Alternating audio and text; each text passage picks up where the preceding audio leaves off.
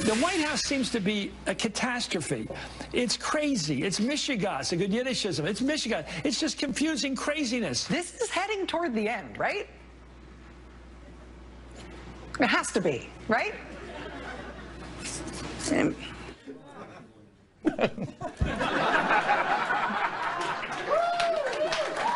now, who's the crazy aunt and uncle?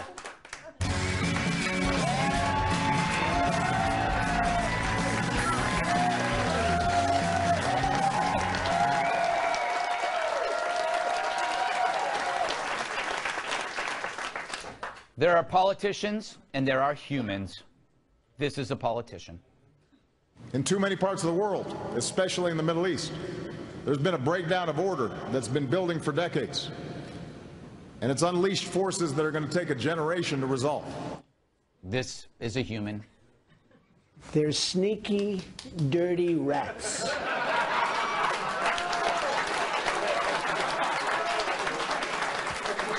This is a politician. We will prevail because America is a great country. We will prevail because America is a great country that can withstand even some of the present circumstances. This is a human. How am I doing? Am I doing okay? I'm president. Hey, I'm president. Can you believe it, right? I don't know. So, when a politician is told that a friend is toxic, he'll drop him like a hot potato with syphilis. But a human being with no political experience relies on something called loyalty. Maybe that's why Donald Trump said to James Comey, hey, go easy on Mike Flynn. Now, that's not political, but it's human. Come to think of it, every Trump error is human, not political. Defending Flynn, human. Talking to the Russians, same thing. Trump thinks sharing information about a shared enemy creates a friendship.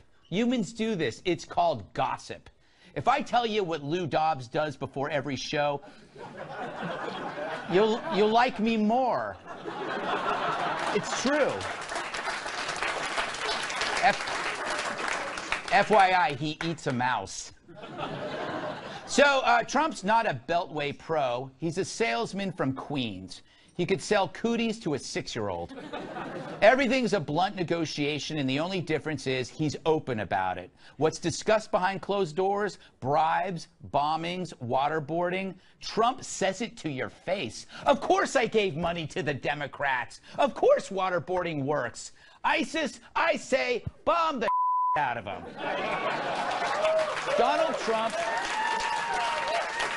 Donald Trump believes that you deal with the bad to prevent the worst. So the media, who still can't accept we elected a cat, not a dog, screams when he refuses to fetch. True, Trump doesn't make it easy. His public combativeness scares a media that prefers fighting anonymously. And this paints a fat target on him, one that Rachel can't resist. I am 44 years old. I'm 44 years old. 44 years ago today, 44 years ago today, in 1973, the televised Watergate hearings. How old is she again? And you better buy this Russian story or else you're a denier. It's deny, deflect, downplay. Right. That's basically what the coverage is these days. All about providing a counter narrative. The Trump White House helps do this, but really it's pro-Trump media that help do this. Provide a counter narrative for people to share on their Facebook pages, to share on Twitter, and to discuss with their friends. Oh, God forbid, discussing this with your friends. Oh, my God, you mean a point of view that you dopes didn't think of? And so it seems like Hillary's plan is working. Remember who pushed the Russian tampering story? Hillary. See, it's Russia's fault that she lost. Despite being the most lifeless candidate since Carl Geary ran for mayor of Tracy City, Tennessee. He was dead at the time. He still won. Unlike Hillary, she lost. Here's why. Now, having said all this, why aren't I 50 points ahead, you might ask? We never asked. Anyway, I've never been a defender of Trump, but remove his personality flaws and you find ideas that his critics secretly love but were too scared to voice. Trump was pro-law and order, was willing to call out radical Islam, challenged the lunacy of the politically correct, which leads to a real truth that politically, this human being, Trump, is agreeable. His behavior, not so much. So it's war, Mean Girls style, over really dumb stuff. And it's done in a world beset by dark forces that laugh at our petty outrages. Behind closed doors, Trump, maybe he leaned on Comey. Behind closed doors in other places, they'll strangle you with dental floss. You saw those Turkish henchmen beat up protesters the other day? That was in our country. That's how the rest of the world is. It's men in bad suits who know exactly where to kick you just for fun. That attack on our turf shows you how America would be if there was no America to be. It's something the left never considers. It's something Trump thinks about every day. If only he could say it better.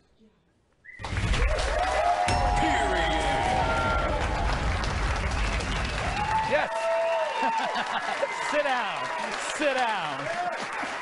All right, let's welcome tonight's guests. While you were watching Scrubs, he killed bin Laden.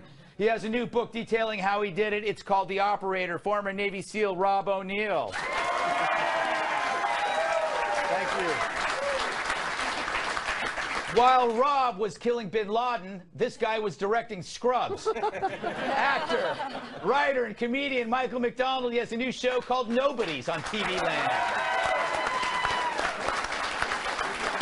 She's cranky and lanky, and you can take that to the banky. Host of the Fox News specialist, Katherine Timpf. And the pyramids are his doorstop. Former bodyguard and my massive sidekick, Tyrus. All right. Rob, yes. Is Trump too human to be president? I think it's not that he's too human. I think everyone's too politician. It's like everyone there is either a congressman or a former congressman or a senator that used to be a governor. There's a lot of things we need to fix, and term limits obviously is one of them. People right now in Washington, they're so worried about party politics, they don't really care about the country. What can I do for myself to keep myself in power, and how can I keep my party in power? And it's complete nonsense. Yeah. I mean, even they're mad at Joe Lieberman today because he used to be a Democrat, but then he supported McCain and was for the war in Iraq, and they called Lieberman a fanatic. Yeah, that's crazy. I don't picture him like painting his face and streaking at a football game. Although I would like to see that. I'd pay admission for that. Yes, exactly. You know, Michael. What is it, Greg?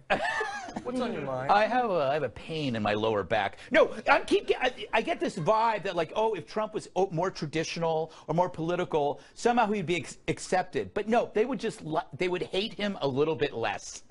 I was just watching all of the coverage between the press and Trump. It reminds me, I feel like each side has been given a script to Jersey Shore. Yeah. Like one of the fights between Snooki and then one of the meatheads. Sammy and Ronnie was always the best fights. Okay, there you go. So one of them is Sammy and one of them is Ronnie, but I don't know who. Yes. It's literally like they're just talking, and who was it? Comey's friend was like, I'm here to tell you what Comey really thinks. Yes. It's just like they're doing one of those like smush room interviews or something. You know, that's what drove me crazy. The press got the information from the memo from his friend calling them. It is so Mean Girls. It is Jersey. They were even saying that he wore a suit to camouflage himself with the drapes so no one could see him. I mean, the guy's 6'13". He's not going to hide with the drapes. He hid in the drape. He was so embarrassed. That's my favorite news story of all time. Of all time. Hiding in drapes? That he purposely was wearing a suit to try to blend in with the drapes. Yes, he's getting, if that's true, he's getting up in the morning saying, okay, what's the decor of where we're going to be and what am I going to wear, because otherwise Trump will talk to me and then maybe he'll hug me. Yeah, it's like, thank God they don't have like lunches at Fridays. He'd have to cover himself in buttons. He was like reenacting that old Carol Burnett sketch where she wears the drapes in the Gone with the Wind or something, trying to hide. That's hilarious. Tyrus, the problem with Trump, and you nailed this. We talked about it. What is it about Trump that gets him into trouble? His mouth. Like, yes. Trump was born in an era where you tell it like it was. Yes. There's not many of them left that aren't in homes or heavily medicated. Mm-hmm. And Trump gets mad, and he might have a great plan, but someone says something he doesn't like, he feels he has to fight everything. Right. And when I'm kind of similar. When I get mad, I'll say a bunch of stuff, and I might bring up some things that aren't even accurate at the moment because I'm just mad. Yeah. Oh, yeah. And but I'm more mad at his advisors. Yeah. They're not doing their job. If he had a great advisor, he'd like when I bodyguard for Snoop did some dumb things I wouldn't allow him to do. I wouldn't allow him to hurt himself verbally, like interviews and stuff like that. And he fired me on so many occasions. Yeah. Because he was upset at me at that moment. But then when it was over, he was like, hey, I'm glad I didn't say that. I could have lost that gig. And then he rehired me. Yeah. There needs to be some of his guys getting fired. You need to be like, Trump's bouncer. taking the phone and just saying, hey, no, let it go, boss. You're the main event. Let it go. No. You know, and just do a lot of this with him. You know, because he's killing himself. Democrats aren't this clever. Yeah. They have no plan. Yeah. They're just, like, no offense to the dog, but they're like dogs chasing a tire. There's a dog, there's a service dog here. But I'm just saying. There's certain things that he is really bad at, though. Like, even for a human. His staff, and then him will frequently come out saying opposite, contradicting things. Celebrities can figure that out. When Justin Bieber peed in that mop bucket, he waited till him and his team had one unified, this is our pee mop bucket statement. Bieber wasn't saying, oh, it was one thing, and then someone else said something like this, and people would be saying, well, what really happened with that bucket? Which is exactly what's happening now in America. Well, I think we should end on the bucket note. I just believe, I think to Tyrus's point, I do believe it's a generational thing. He comes from another time where your personality and your decorum is secondary to doing your job. It's like when you watched Mad Men and all the salesmen were just disgustingly crude, but if they made their quota, it didn't matter that they were so crude to people. And I think that's what we're seeing. But before we go to break, Tyrus has something interesting to share. Tyrus? Thanks, Greg. I just want everyone out there to know that being the White House press secretary is a ridiculously tough job. And the other day at the gym, Spicer and I were working out, and I asked him, yo, can I fill in for a day? Yeah. And he was like, if you finish this spot with me, you got it. And I did, and I got a chance to do it. And I got to tell you, it's a tough job. What it is. Thank you, everyone, for being here. Let's keep this short and sweet. First question, yes, John Roberts. You do say, though, that national security has been put at risk by the leak of this. Do you have any idea? John, I got to stop you right there. Love that pink tie. Takes a big man to wear a pink tie. Can we get a show of hands of how many people think here that John's pink tie is awesome? Thought so. Next question. There may be a lot more in common between President Trump and the new President Emmanuel Macron of France. Would the president look forward to maybe even inviting him here to the La Maison Blanche? I don't know about all that, but damn, that's a tremendous French accent. How do you say that again? La Maison Blanche. Maison Blanche? Maison Blanche. I give up. Love it, though. Plus 10 points for the accent. Next question. Yes, the guy who couldn't bother to bring a pen. Is President Trump still committed to his 15% corporate tax rate? He's also under pressure to keep some existing... Sorry, dozed off there. Look, we're getting off topic. I came in here to tell you how much I love the White House press pool. You're the most rational, measured, non-confrontational group of people in the history of journalism. Do you stick by that assertion? Yeah. And let me say, good sir, that you have the best hair in the room. You got a problem with that? That's what I thought. Have a good day. Deuces. All right.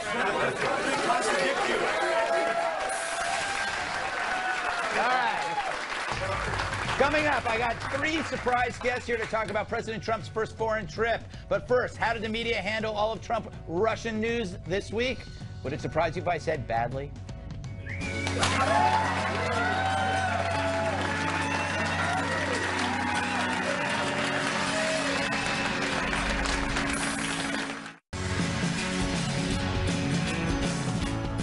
They're really reaching when it comes to impeaching. Yeah, this week our friends in the media tossed around the word impeachment like it was a fat baby at a sprinkler party. Potentially, as you know, Senator, that could be impeachable. That could be an impeachable offense. I think we're in impeachment territory now for the first time. Did President Trump try to block the FBI's Russia investigation, commit an impeachable offense? Is it an impeachable offense if, in fact, the president obstructed justice? Please. Meanwhile, some Democratic leaders tried to pump the brakes on impeachment talk. Here's California Congressman Adam Schiff, i.e. Sheriff Woody. And no one ought to, in my view, rush to embrace, the most extraordinary remedy that involves the removal of the president from office. It cannot be perceived as an effort to nullify the election by other means. And of course, there was Texas Congressman Al Green, who couldn't help but do a little grandstanding on the floor of Congress. I rise today, Mr. Speaker, to call for the impeachment of the President of the United States of America. Wow. Just because you yell doesn't make it more likely to happen. I learn that every time I use the bathroom. Still, what do you do if thoughts of impeachment take over your every waking moment? Turns out there's hope. Do all the thoughts in your head lead to only one conclusion? Are you constantly fixated on the same thing? As you know, Senator, that could be impeachable. I think we're in impeachment territory. An impeachable offense. Impeachment possibility. Is it an impeachable offense? Have these fantasies gotten so bad that they're interfering with your everyday life? Impeach the elevator! Impeach that party mix! Impeach that bear! Well, now there's hope with Impeachex. Impeachex blocks the receptors in your brain that lead to these debilitating thoughts of impeachment, leaving you free to be a person again. Before Impeachex, I wanted to impeach everything. Now the only peach I care about are these schnapps. So ask your doctor today about Impeachex. Side effects may include getting a life and or being alienated by people who constantly want to talk about impeachment. I may take that drug. All right, Michael, is there some kind of, I don't know, the way the media sees this is so vastly different than America. Do you believe that to be the case, or they... Well, as a member of the media and Hollywood, I think my opinion is very important. Yeah, I agree. No, I mean, I think half the time there's just so many channels on, and people are just, it's almost like the DJ who has to fill up 5 hours of talk, and I honestly think they just talk and talk and talk until we just get around, what's a word I haven't used in a while? Impeachment. Yeah. I don't know. I don't think they're going to let go. And you know what, Rob, what I've noticed is that they're now moving to Pence because they just don't want to impeach Trump. They want to clean the whole slate. You'll hear the argument that President Trump picked Vice President Pence so he wouldn't get impeached because they didn't want Pence. Yes. But now they're going to try to decide that they want to impeach both of them because I'm not even sure why. I mean, they wanted to impeach him since he was elected. They wanted him to be the Republican candidate because Hillary was definitely going to beat him. Yeah. So he's a very beatable candidate. That didn't work out too well because it turned out her campaign sucked. Mm-hmm. Yeah, they definitely don't want Pence in there too because that's the Russians' fault, obviously. Yeah, exactly. Exactly. Oh, the Russians. Like my grandma always said, if vodka doesn't fix the problem, you're not using enough vodka. That's great, though. I think there should be a history book chapter titled "As It Turns Out, Her Campaign Sucked." Yeah, that's exactly. That's what they can't admit. Tyrus, do you think all this impeachment talk is just talk? It's not just talk, unfortunately. But again, the Democrats don't have it together. They're a mess, and they're just going off of the self-inflicted wounds of this presidency and the GOP party. They don't stand together. They don't fight things when everyone's like, ooh, I don't know what happens. And to go back to the thing about Pence is he's distancing himself, which gives he filed for a PAC for 2020, like he was going to run independently, or it means not. And the way they explained it was it either means that he's going out on his own, and they brought up this whole thing that the vice president can actually try to vote of no confidence or something like that, get the president to step down. The GOP keeps giving these little things, and the Democratic and the mainstream media is running with it. As soon as they stop and they circle up and start working like a damn team that they were elected to be, we won't have these issues. But you just keep serving dunks. I mean, that's all it is. Yeah, the only issue, though, is that... I'm sorry, but if Trump says one thing and then he changes his mind, where is the guy coming out going, that's who he is, you guys. He changed his mind. Deal with it. Next. Then the story's over. Yeah.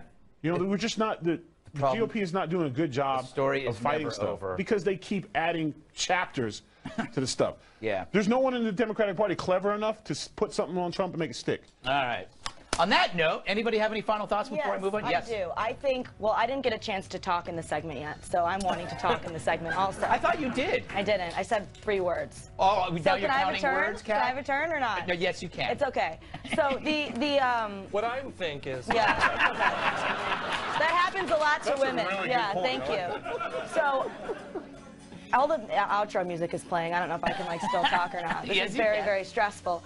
So I think that it is, to an extent, serious. The allegations against Trump, I think they need to be investigated. But when you go straight away to impeach before investigate, before there's any evidence, you're proving that your end isn't really the country, it's your own political agenda. And the fact that they keep shouting it out, thank you. The fact that they keep shouting it out, they're shouting it out so often and so soon. It's like a friend if they get mad at you and they're like, I'm never going to talk to you again. I'm never going to talk to you again. I'm never going to talk to you again. The first time you're like, ugh. And the second time you're like, ugh. The third time you're like, all right, see you on Tuesday. You know what I mean? Yeah. All right. All right. Coming up, you won't believe what a man did to his date who wouldn't stop texting during a movie. Or maybe you will. But first, the president heads to Saudi Arabia, Israel, and the Vatican. We've got the 3 most qualified guests in the world here to discuss this crucial trip next.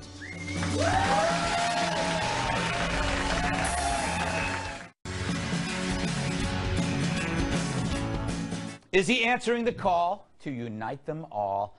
In his first foreign trip beginning this weekend, the president will travel to Saudi Arabia, Israel, and then the Vatican for a meeting with Pope Francis. That's where he lives. National Security Advisor H.R. McMaster says the trip's unprecedented. This trip is truly historic. No president has ever visited the homelands and holy sites of the Jewish, Christian, and Muslim faiths all on one trip.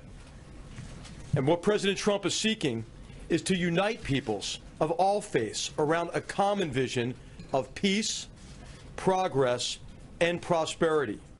So that's 3 stops at the center of 3 of the world's largest religions. It reminds me of a joke. A priest, a rabbi, and an imam walk into a bar. But by bar, I mean this show. Joining me to discuss the president's trip, we've got Father Jonathan Morris, Rabbi Shmuley, and Imam Shamsi Ali. All right. Jonathan, I chose you alphabetically, not because your religion is any better or any worse. That'll be for another time. All right, you're gonna go. You got President Trump going to see the Pope. What do you think the Pope's going to say to him? Because the Pope doesn't agree with President Trump on a lot of stuff. Yeah, have you noticed that? No, you know what? He agrees with President Trump on the importance of peace. And I think that's what they're going to talk about. You know, we focus a lot in the news about social issues, political issues, economic issues. What Pope Francis is concerned with every day is major global issues of war and peace. And I think that's what he's going to talk about with President Trump, who has said over and over again that one of his priorities is peace, not only in the Middle East, but peace in the world. I think the Pope, oh, I'm going to get in trouble for this. I think the Pope is kind of naive about the world. Do you agree with me? It's not bad to have an innocent person as Pope. Okay, yeah, that's not a bad thing. That is true. That is true. But I mean, he believes that like if we could only have peace, but it's, you know, sometimes. What else would you want? You like we want a Pope who's not interested in peace. Yes. We want a Pope who is not innocent. We want a Pope. Good point. Good point. You're good. You're right. Okay. Father Jonathan, you win that round. Okay. Imam Ali, he's going to Saudi Arabia. I imagine he's going to talk about radical Islam and talk about moderation. He's going to talk about the need for temperance and all that kind of stuff. What do you expect? What do you hope to see? You know, truly, I feel paradoxical. Many things on many things. Number one is I'm so happy, but I'm sad at the same time. Because I'm a Muslim. Right. And we, I think, in agreement that Saudi Arabia had been the source of many radicalism around the world. True. And now Donald Trump is going to talk about tolerance in Saudi Arabia. It's paradoxical in my view. Yeah. And I've read many news saying that Donald Trump is going to talk about Islam in front of 50 Muslim leaders. You know, Donald Trump basically is the source of ignorance about religion, I can say it. I'm a Muslim in America. I'm a Muslim in America. Well, hold on. What do you mean by that? I'm Am I allowed to ask sorry. questions? Yeah, you can ask questions. Yeah. I knew this was going to happen. Donald Trump. This is called the bar fight. Donald Trump had been the cause of many of the rise of Islamophobia. Not only Islamophobia, it's anti-Semitism as well. And the Rabbi is here to talk about that. But I'm very sad, but I'm very happy also. Why? Because I truly wanted to see connection between these two great religions. Yeah. He is going to Saudi Arabia, going to Israel, going to Rome. I think these three Abrahamic religions must be in the front line for peace. Could I respond quickly, Rabbi? Let me just get. Sorry. I want to. I think that Imam, you might have made when you conflate Trump's regard toward or hate of radical Islam. I don't think that's Islam. So when you put them together, that's more Islamophobic than maybe what he's doing. But that's my. I could be. I truly hope that he's going to fight a radical Islam or what's so-called radical Islam. But when he generalized Muslims radical, that's what the problem is. Okay. Well, let me first say that this is the driest bar I've ever been to.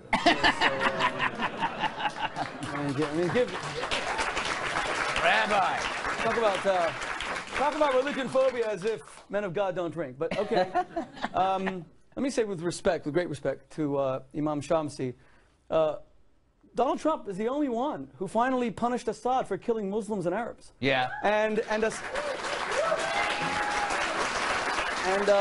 Assad got away with it. He was gassing Arab children, and nobody cared. Yeah. And when he goes now to Israel and Saudi Arabia, he would establish an eternal moral legacy if he decides to bomb the Syrian crematoria, which was revealed this week. And who knows more about crematoria that incinerate people's bodies than the Jews when Roosevelt wouldn't bomb Auschwitz. So that story came out this week, and nobody really cares.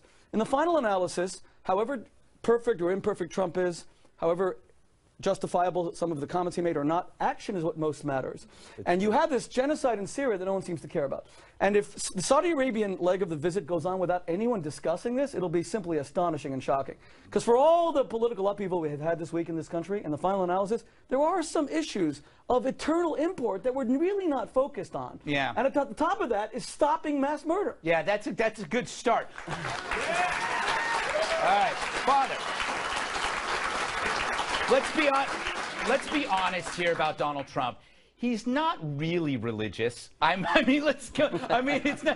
face it. I mean, he got the evangelical vote, but you know, it's like we know why. So, is that a positive that he really doesn't have a dog or cat in this hunt? That he's not a holy man? That could help him bring people together?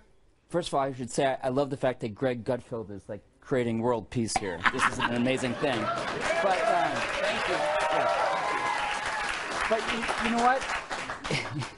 Pope Francis is going to be meeting with Donald Trump, and he's not going to be asking him for his religious credentials. Yeah. You know, you don't have to be a religious person. You don't have to be following organized religion to actually seek peace. And I think what Pope Francis is going to do, and I hope they do that also in Israel as well as in Saudi Arabia, is say, hey, let's work with anyone who's willing to work for peace. Yeah. And I know that's what we all want, and I believe that's what Donald Trump wants, and I believe that's what Pope Francis wants. Last word to I just wanted to say that many people see this as a religious trip. Yeah. Or trip for religions. In fact, in my view, it's not because of Almighty, it's because of all money. Because Saudi Arabia is a rich country, it's about oil, and that's why he chose Saudi Arabia to look like he represents Islam. In fact, if you want democracy and Islam, if you want freedom and Islam, you have to go to Indonesia. You're right. Turkey, rather than going to Saudi Arabia. It's a good. You don't want Turkey coming here after what they after you saw the president's henchmen. Holy. Anyway, we're talking about that. There's nothing. I would say in all of our religions, there's nothing wrong with money, though. It's the love of money. There's nothing wrong with money. And I think but if we can wrong work here is if we using can work, religion for money. If we can work with it's not using religion for money. It's working with powerful people to create peace, and that's a very good thing. And on that note, we must roll. That was fun. We should do this more often. All right, coming up. A Texas man does something so insane to his date, you'll either love him or hate him or both. But first, Osama bin Laden's son wants to avenge his father's death. We discuss this with his dad's killer. Next.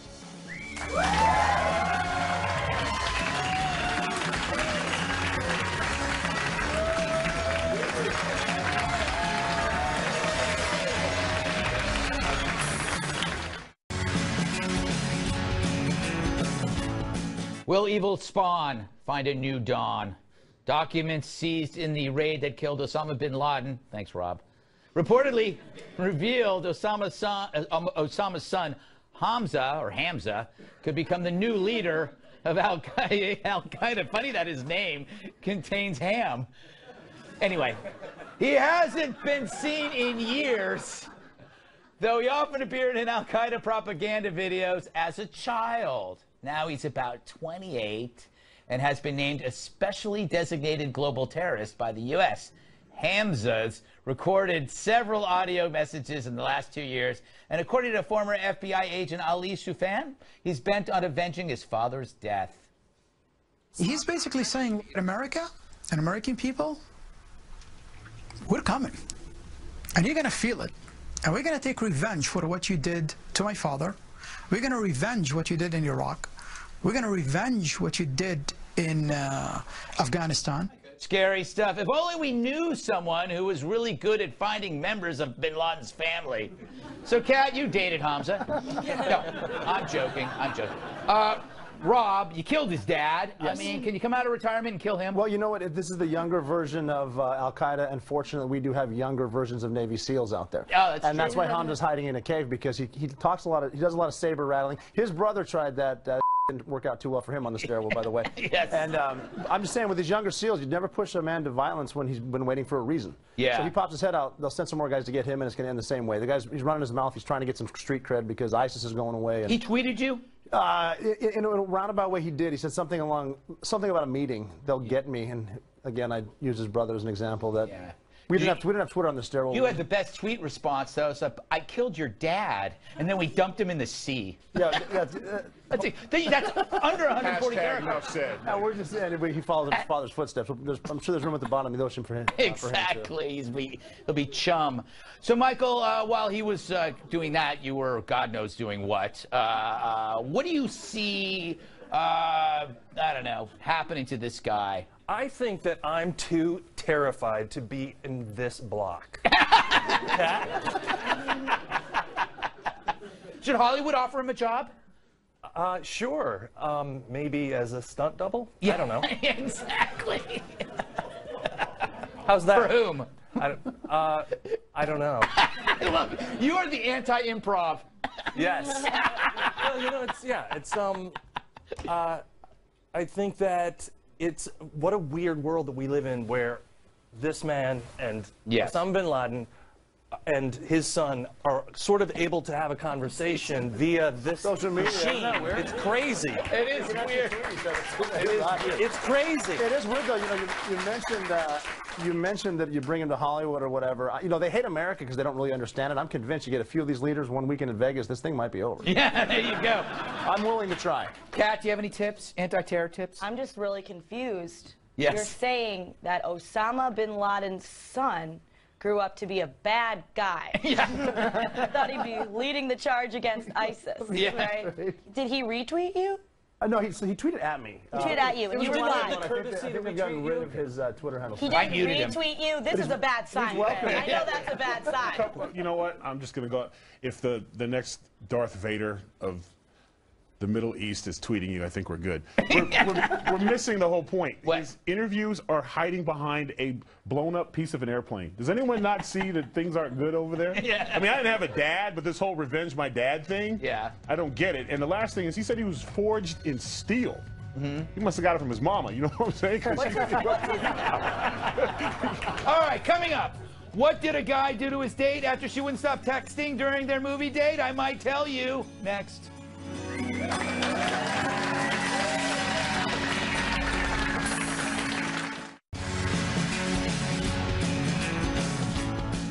Her movie night text left him angry and vexed. A Texas man, where most men are located, is suing his date for the price of a movie ticket because she wouldn't stop texting during the film, and when he asked her to quit it, she left him at the theater. Here's Brandon Vesmar, who's filed a claim for $17.31, explaining his decision to sue. It's a principled action against a person who exhibited really insulting behavior towards me and towards everyone else. I am fully aware of the weirdness of this situation. so surprised that she left him. Brandon is the topic of our newest segment.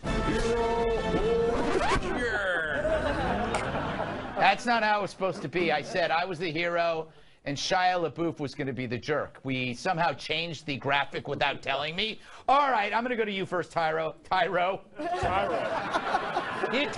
or jerk? I made it, Mom. About to get paid. Go ahead. What'd you call me?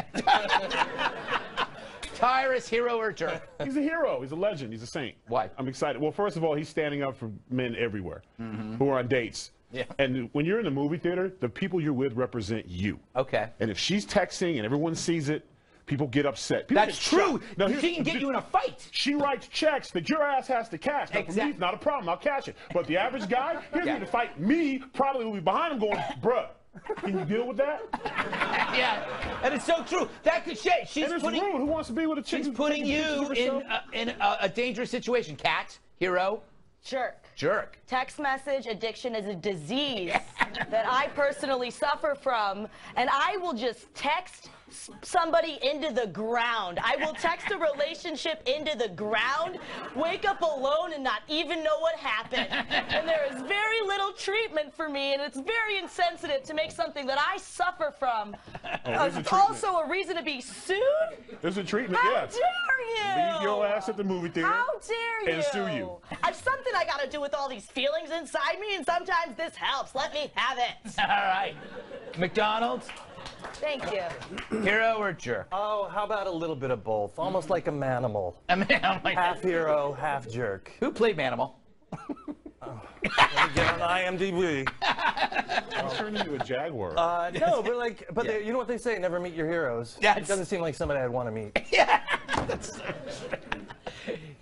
I never meet your jerks either. Rob, hero. I think they're both jerks. Yeah. You don't text in a movie theater. That's like the one thing. And this guy just for getting on TV saying he's suing a woman when you know he's using a lot more money on internet porn too. This guy could basically. I would love to see this guy on like the cover of Punchable Face magazine. Like this. He got on TV though. He's a hero to himself, but. I don't think he's going to be getting a lot of dates online anymore. She did say that she was texting with her friend who was breaking up with her boyfriend. Again, It it was couldn't me. wait 2 hours. She was texting me. It's a movie theater. Unless your ass is a doctor, you don't need to be on your phone. You're on a date. Maybe she was a surgeon. You know what she is? She's single. Don't you remember the good old days when people would just... the good old days when people would just... like normal people just yell at the screen. Don't go in there. I still do that. I still do that, but I can't yell at the screen. My eyes are like that because somebody texting or taking a damn selfie at the movies. Movie night hashtag. By the way, I don't understand watching something with a stranger that you can watch alone. I understand concerts or baseball games because they can't play a baseball game for each person. But you don't need movie theaters anymore. We can watch them alone in our bedrooms, which is how I prefer it. Don't go anywhere. Especially you, Stephen Kansas. You know who you are. Final thoughts next.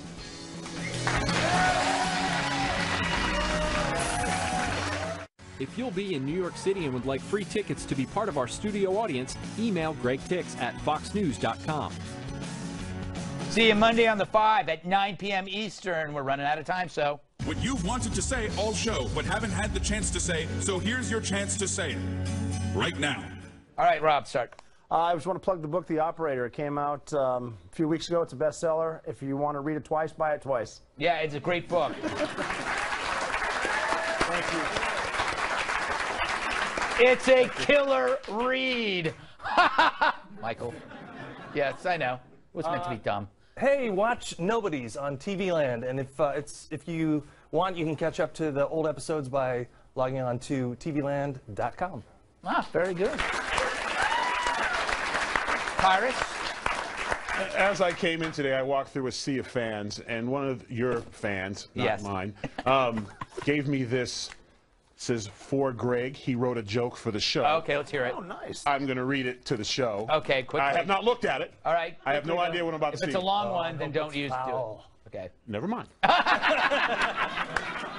Last word to Kat. how many, it's a question. Do you know how many followers Osama bin Laden's son has on Twitter? That's a really good question. Is it more than you? What's his handle? He Bin has Laden 70 baby? virgins following him. I wasn't good at Twitter at the time. It was a few years ago, but that's an interesting question. Yeah, what's his pin tweet? I have a lot of questions. You do have a lot of questions. Please don't tweet him. Yes, don't. You know she is. Slide into the DM. And the way, and you'll end up dating him. Yeah. And then I've after overlooked worse. Thanks to Rob O'Neill, Michael McDonald, Katherine Timpf, Tyrus, Studio Audience. I'm Greg Gutfeld. I love you, America.